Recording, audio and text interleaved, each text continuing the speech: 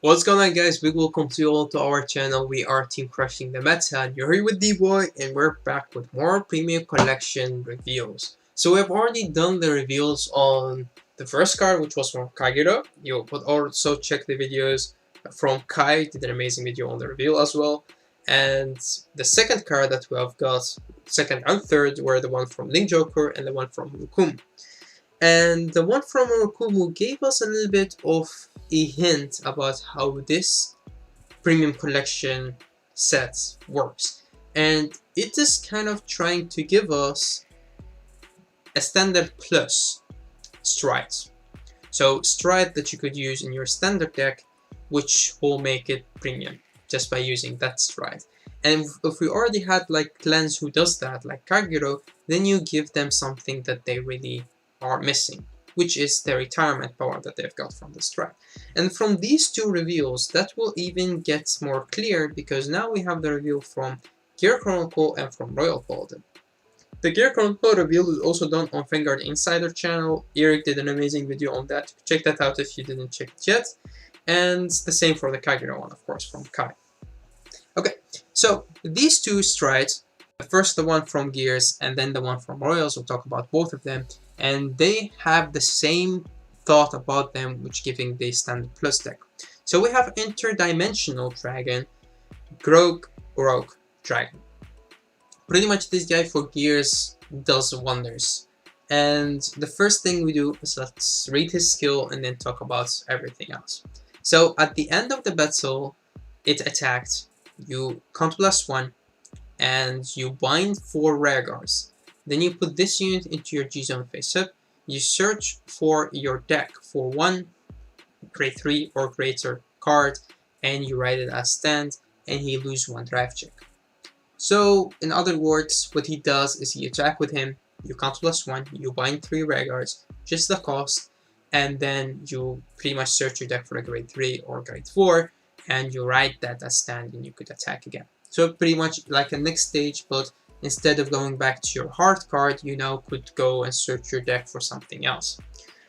Before we get into what this guy is capable of, which I will get like in short, because we still have Dave from our channel, which is crazy about Gears. He will do another video where he will show you like in real life or on area, or let's see how he want to make it, or how we make it. But the thing is, he will show you the combo, like what you could do with what you attack first and everything. So he will do that, and I will give you just the fast, let's say, summary of what this guy is capable of. Again, I'm not a Gear Chronicle player, so there's always more and there is always a better combos, but this is just the first thoughts that we've got.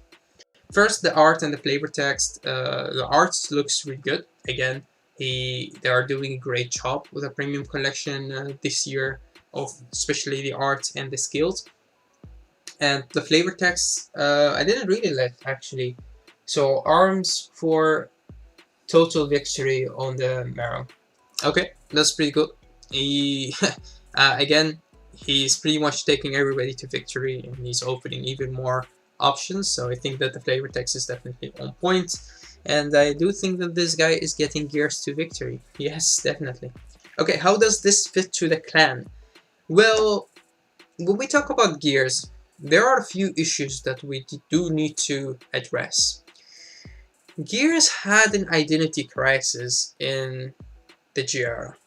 And a lot of Gear players will not agree with me on this, but that's, in my opinion, the case. Why is that? Because Gears went from putting rare guards to the bottom of the deck, to time leaping, to Zodiac Time Beast, to binding mechanic, to Chrono Fang Tiger mechanic.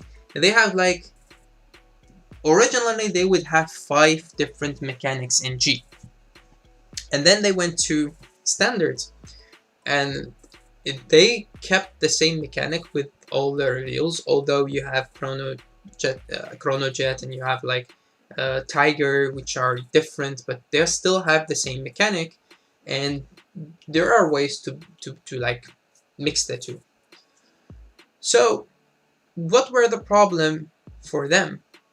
the problem was the bridge between standard and premium, because you had standards, you had premium, or let's say G, and G already existed of 5 different mechanics, and then you have standard, which is another mechanic, and what will you do? You cannot mix them. And the problem was actually kind of solved by Dave, from Crushing the Meta, who already played the deck in premium, and he played it so well, especially with the reveal from last year's premium collection, which is History Build Dragon. And what Dave created is a very easy, simple deck that works very good. The idea behind the deck is creating markers, then abusing the time leap mechanic to plus on hand and multi-attack. And that's amazing because we have the stand put back at 4, so we could play him. You have Melems, you have History Build Dragon, or History Maker, I mean, the Grade 2. And you have your old starter, which you cannot play as starter, but you could just time leap him to the field. So, or Melem him to the field and time leap that again to the Melem, which give you another attacker. But pretty much you use the big 5. I don't know if you know them, but we played them in back in the past. And pretty much use those to have more attacks and plus on hand. And the deck was very simple but very effective. I'm saying simple because the idea behind it is simple. Playing it is definitely not simple. Piloting is not simple. And building the deck is also not that simple. But it's definitely a very strong deck. And he showed us that in multiple events and also in some videos on our channel. Okay, so what was the problem with that deck? Is like you still need more. You still need more to mix the mechanic, because you only used the standard mechanic if you go first to create more markers and to get into like your grade 4. But then we had Chrono Fang. So Tiger was a better deck, also on premium. Why was it a better deck in premium? Because sometimes if you go first, if you high roll, then you could kill your opponent even before they stride, or they would have to use so much resources to guard that Fang attack, or just use a PG right there if they are lucky, and otherwise they would die. And you create markers which you could get into your time leap stuff shenanigans, because it does not require you to have Chrono Jet at all. So most of the cards at least. So that's why it was so good. Okay, now we have even more options with this card. So the first thing that we thought about is of course Chrono Fang. As I told you, you could pretty much go to this guy and then of course use his ability, attack with him, and then use his ability, he goes back and you go to Chrono Fang and you attack with Chrono Fang. So pretty much have the Chrono Fang turn, but now first with him, like with attacking with him, then going back to Chrono Fang, which is very good because you still have your heart, which is Chrono Jet. The grade 3 Fang. Okay, that's the, let's say, a different deck. But you could also combine him with Mystery Flare. And he does wonders with Mystery Flare because you could have that extra turn, because one of his costs is binding for rare guards. So yeah, you pretty much will have more access to more skills from Mystery Flare. So he's like giving you Mystery Flare on Silver Platinum, like, here you go, just use this guy. And yeah, you could do a lot of crazy things with Mystery Flare. Again, we have to wait for Dave's video to even know more. But I think like Eric from Vanguard Insider did also a crazy video on like having 2 or 3 extra turns with Mystery Flare, and you could abuse that mechanic for your advantage, because Mystery Flare always said that you cannot re-ride, you cannot ride on the next turn, but he never said you cannot ride, so definitely could do that. And last but not least, and in my opinion the most consistent, is Chrono Jet. Why? Because easy.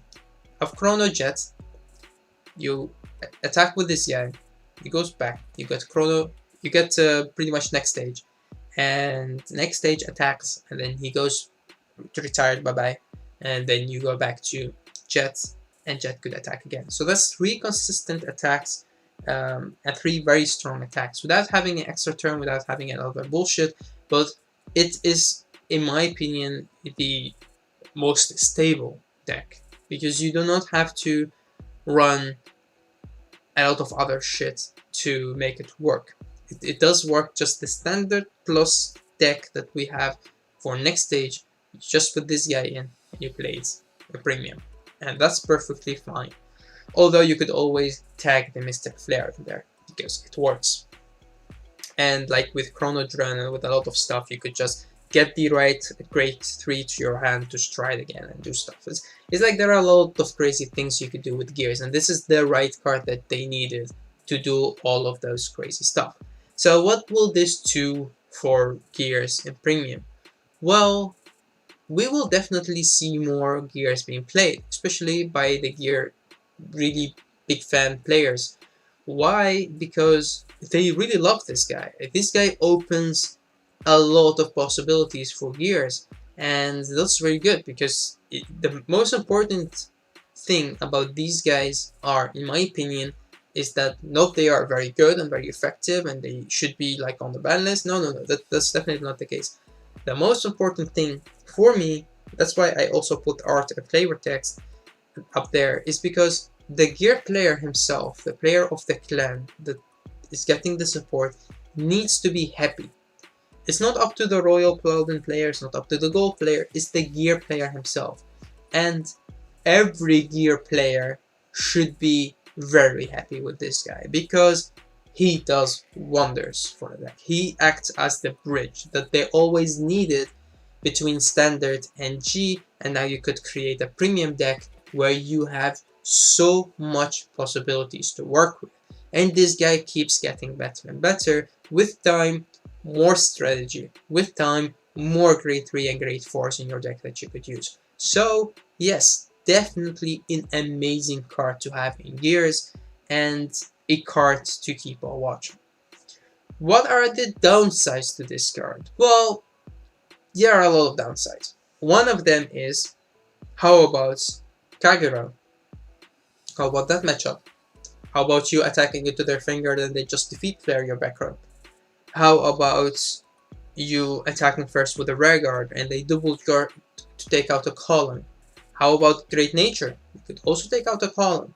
So how about cleanse that could get rid of your field so you cannot have 4 Rare Guards at the end of the battle? Problem, at the end of the battle, so you opponents always have the option to get rid of your field when your Rare Guard attack or when he attacks.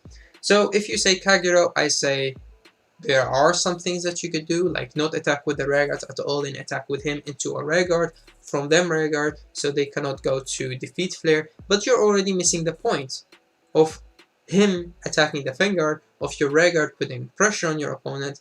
You're missing that point, so why would you? So yes, that could be less effective against like Kagero. You need like cards with resist, you will build your deck way differently. Oh, that's one matchup, right? Great Nature is another matchup, right? And that's just at the tip of my head. But yes, he has weak points, but he has a lot of strengths to put like to those weak points. And for the Gear Chronicle player, just sit at home, print this guy out, and just go playtesting. Like do it for an hour or 2 or even more, and you would have so much fun just creating combos with this guy. Don't get everything out of the internet.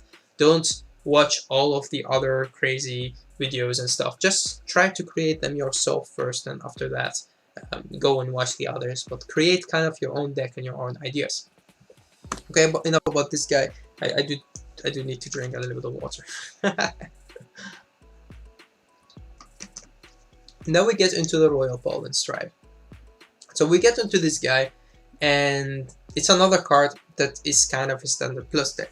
So Holy Dragon, Crystaluster Dragon. Okay, first from the name, original Royal Paladin name. Amazing. The art, on point. Flavor text, I cannot read. Okay, but his text I could. So he has two abilities. The first one is you turn something face up. It's an act ability. And he pretty much gains the original ability of your hard card. Then we have the second ability, which is a GB3. If you have 3 or more grade 2 units, then this guy gets the ability that your opponent needs to guard with 3 cards when they guard from their hand. Alright, let's talk about the art and the flavor text. I already talked about that. The second thing is how this guy fits to the clan.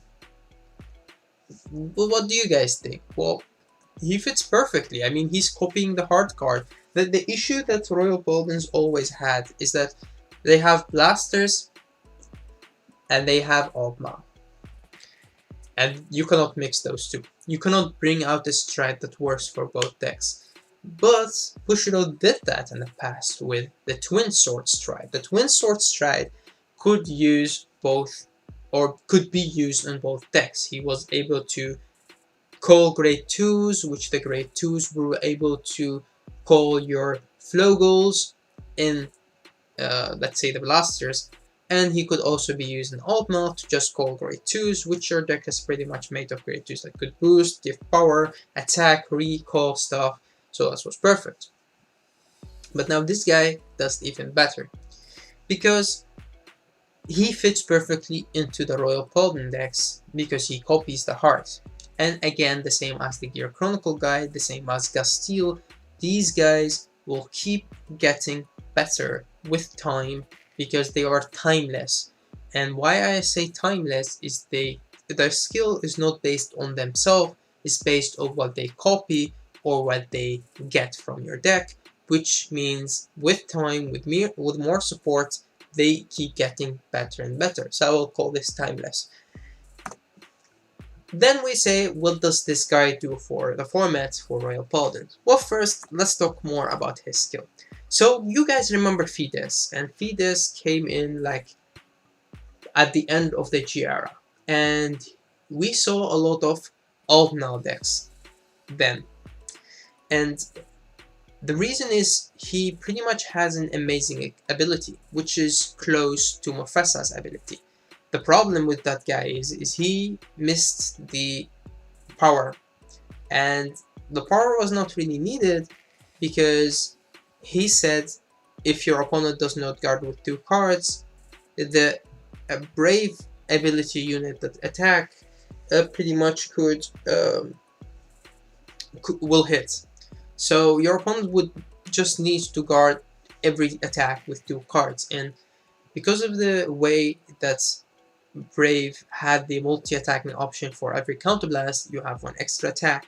It was very hard to play against them, and also very hard to pressure them because with the counterblast they could just kill you. And then he has the GB3 ability with him calling stuff without being counterblast. So if you get to the GB3, then it gets even more harder for you to guard him. Alright, let's go back to this guy. And let's talk about Mufasa. Do I think that Bushiroad went a little bit too far with his Generation Break 3 ability? Maybe, but it's alright. Although I think if they gave him the Fides skill, that's even better. Like your opponent needs to guard with 2 cards, otherwise the attack will hit. And that's better because now you could G-guard. If you G-guard, then pretty much that G-guard will stop the attack and you do not have to put 2 more cards on the Guardian Circle because his skill's dead. If you guard from hand, you need to guard with 3 cards. Okay, so cards that you could use with him. First of all, Ganzelot. Well, that's the easy mode. Again, the same as Gears. Like, this is the card that you could definitely, if you have a Ganzelot standard deck, you could put him in there and it works. The deck works perfectly. Second thing is the Alfred, which means blasters. How will blasters use him without Ganzelot? Because Ganzelot gives your blaster that they could drive check and they are Vanguard, but you cannot restand them with Flogel. But if you use them with Alfreds, especially the Legion, with the Legion mates, you could get out the Blaster Blade. But before you do that, you use your Legion Leader skill, which he will copy because he will get in Legion. So he will copy your the Alfred Leader, which is not even called an Alfred. And then you Legion, and then you activate his ability, which is pretty much you call a grade 1, a grade 2, and a grade 3. The grade 0, grade 0, grade 1, and grade 2. The grade 0 will be your Floggle crits. The grade 2 will be the grade 2 who calls 2 more Floggle crits. And the grade 1 will be the grade 1 who countercharge, let's say, with the Blaster Blade. Then you activate the skill of Alfred, and the Alfred will call Blaster Blade, you countercharge 1, and then you activate the skill of the grade 2, which you get 2 more Floggle crits, and pretty much from that moment on you need only 1 more Vanguard, which is a grade 2 or higher, which you call on the top of that grade 1, which countercharged with Blaster Blade, and from that moment on you will have 3 units which are grade 2 or higher, and you have 3 Floggle crits to restand your Blaster Blade, which has like some markers beneath it, and your opponent needs to guard that attack with 3 cards from their hands. And last but not least, which is the most effective card to use with him, is of course the new Altmal. Before we talk about the issues of this guy, let's talk about Altmal and how good he is with this Crystaluster dragon. Well, his ability of the Premium Stride have some issues. The first issue is you need to have those grade 2 or higher Vanguards. The second issue is you need Generation Break 3, which a lot of people are saying that's too slow because you pretty much kill your opponent before that. Okay, and that's true, but also not true, because if you play standards and you just do your stuff and you go to grade 3, you do not play the grade 2 game, you just go to grade 3, and you survive their first attack and you G-guarded once, then you pretty much could go for him and you have GB3. Also, you could ride on the top of your Altmal the second time, which means that you get the full access to the Altmal skill, which he doesn't only give 10k power, but he also gives you crits. Like everybody gets crits. And that would make this card even more effective because now you have the multi-attacking option with all the Altmal older cards, like the cards that could give power, the cards that could recall with every counterblast, but you also are gaining power and crits, especially the crits, because your opponent cannot just say take. No, they need to guard, and that makes a huge difference. If they get triggers, you still have the power from your boosters, from the units that you just have on the field that just need an Altmal to give more power to your front row, like your grade 1s, your grade 2s. You have a lot of cards that give power from the G era and Altmal because your strides didn't give power, but now this guy gives power because of the 10k ability, the first ability of Altmal. So an amazing stride, to say the least. Him being a GB3, I think that's fair because you need to guard every attack with 3 cards. So if Altmal high rolls, the same as Murakumo, they could use this guy to his full potential by them having a heal and surviving their opponent's first stride attack. So yes, it's up to the opponent, because if your opponent gives you the counterblast, this guy will kill them, especially if you have the Generation Break 3 ability. Even if not, okay, then you're missing the crits from Altmal. You also are missing the guard with 3 cards with him, but you could still go power Altmal, recall a lot of grade 2s, and you could still do a lot of shenanigans with him and your Vanguards, because your Altmal already gets you or fetch you those grade 2s, because with our Counterblast and Soul Blast, you already are getting a grade 2 from the drop zone and a grade 2 from your deck. So you're already set for your big combo. So that's like a 1-card combo with Altmal, and could also be a 1-card combo with the Alfred. But again, you need Counterblasters. You do need Counterblasters for him or for Royals to work. So I think that he's designed perfectly. And why I say perfectly, which does not come that often that I say a card is designed perfectly. But him being a GB3 is good and fair, because that would mean that your opponents will have to think twice. Do I give them damage? If they do give you damage, then they are dead if you survive. If they do not give you damage, then you will have some mediocre turns, but those mediocre turns will still attack 3 times with this guy, and combination with, let's say, the Altmal, which is still very good because your opponent would need maybe sometimes even 10 cards to guard your attacks. Let's say they have 1 G guard, 1 PG, and the other card just want to guard normally. G guard is 1 card, PG is 4 cards, so, and then 3 more cards. So that's 8 cards by them having a PG and a G guard to guard only the 3 attacks that you normally made in your mediocre turn. So yeah, definitely an amazing stride. And all of that is without knowing what MLB will do. If this guy could work with MLB as well, he will definitely work with MLB, that could be even more scary. I don't think that he would work with MLB better than he's working with Altmal, but if he does, then that's definitely crazy. Is it still fair? Yes, because his skill is GB3 and he will not be on the ban list because they learned from their mistakes from Ichikishima, which Ichikishima had to be a GB3. Her second ability, not the one her being in the G zone and giving power, but the ability that your opponent cannot use their auto ability on the Guardian Circle, should have been a GB3. And this guy's ability, the second ability, is a GB3. So you cannot say, hey, this guy should be on the ban list. No, he should definitely not be on the ban list, because his skill clearly say you need to have GB3, so you cannot spam him like Katrina, you cannot spam him like Mofasa. Is this guy better than Mofasa? Depending on the format, because you cannot go into him as a first stride. If you go second, you need to have some other ideas. Although, again, as I said, if you have enough counterblasters, you could still do so. You do not have the GB3 ability, but you still copy your heart, and you still have full access to a multi-attacking clan, which has a 10k on the front row, and some of your booster will give you 2k, 1k, 2k, 4k, and you have like a 16k plus on your front row. You could kill your opponent from that with multi-attacking if you have counterblast. So yeah, amazing stride, put in a very good deck. A deck would have a lot of variety of cards to use, and this guy gives them even more potential. So that would be the end of this video. I know it's a long ass video, but there is so much to talk about when it comes to these strides, especially like these ones. Like these two from this video are very different than the one from Link Joker and the one from Kagero, because they have so much potential, and you could make video to talk for long hours about these guys.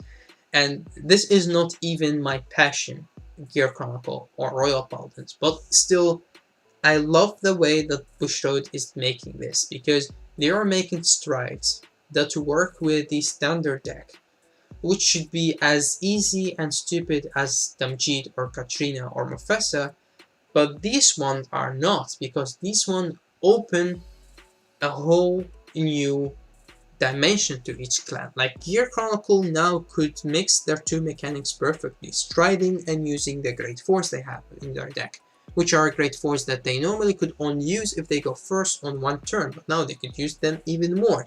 So it's good, it's rewarding. All of those hours that you put into testing your deck is now more rewarding. The same will go for Altma or for Royals in general. That's definitely rewarding.